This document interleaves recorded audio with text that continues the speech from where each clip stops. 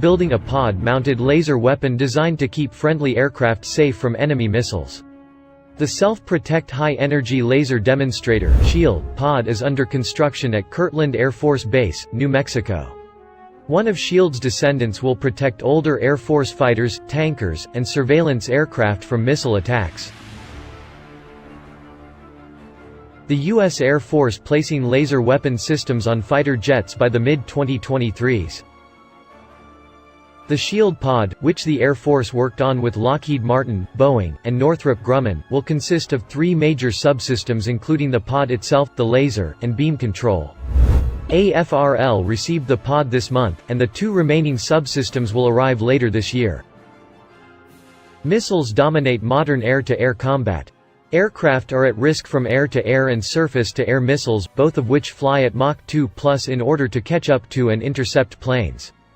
These missiles fly too fast for conventional guns to reliably track and destroy them, particularly since an outgoing projectile is subject to wind, gravity, and other factors.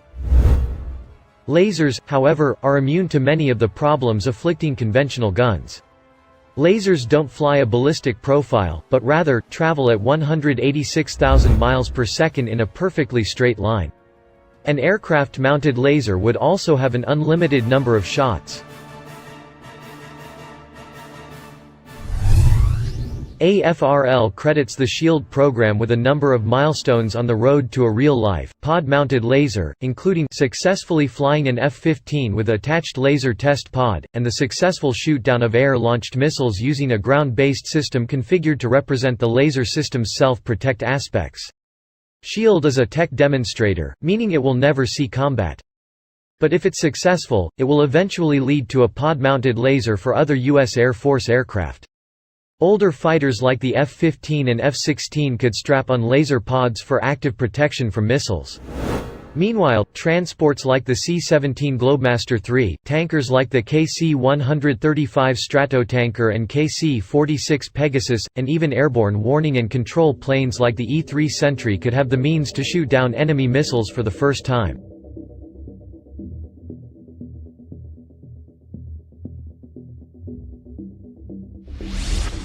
Today's fighter jets are largely limited to passive defenses against incoming missiles.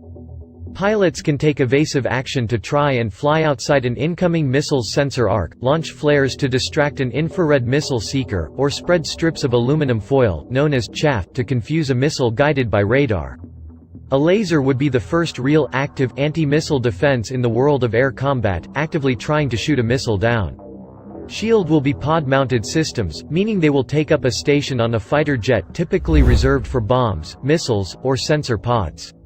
That makes them a bad fit for stealthy aircraft such as the F-22 Raptor or F-35 Joint Strike Fighter, as the pods will break up the plane's carefully minimized radar signature. That said, both planes already have a missile defense system already built in, stealth technology.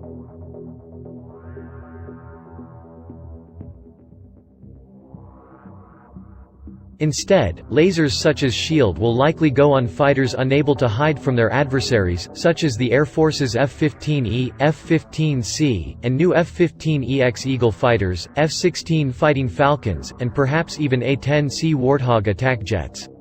Trading the ability to carry one more missile or bomb for a laser that could shoot down many incoming missiles is a no-brainer. A laser weapon, paired with existing chaff and flare defenses, could very well someday be controlled by an R2-D2-type artificial intelligence tasked with defending their warplanes from missile attack. Lasers will be useful airborne weapons. A laser can be powered by the airplane's engine, removing the need for an onboard gun magazine and providing a theoretically unlimited number of shots. Laser energy travels at the speed of light, removing ballistics from the targeting equation and making it impossible to dodge. This is just the beginning for aircraft lasers. Eventually, laser weapon will go on almost all warplanes, from bombers to aerial tankers, giving them some form of active protection.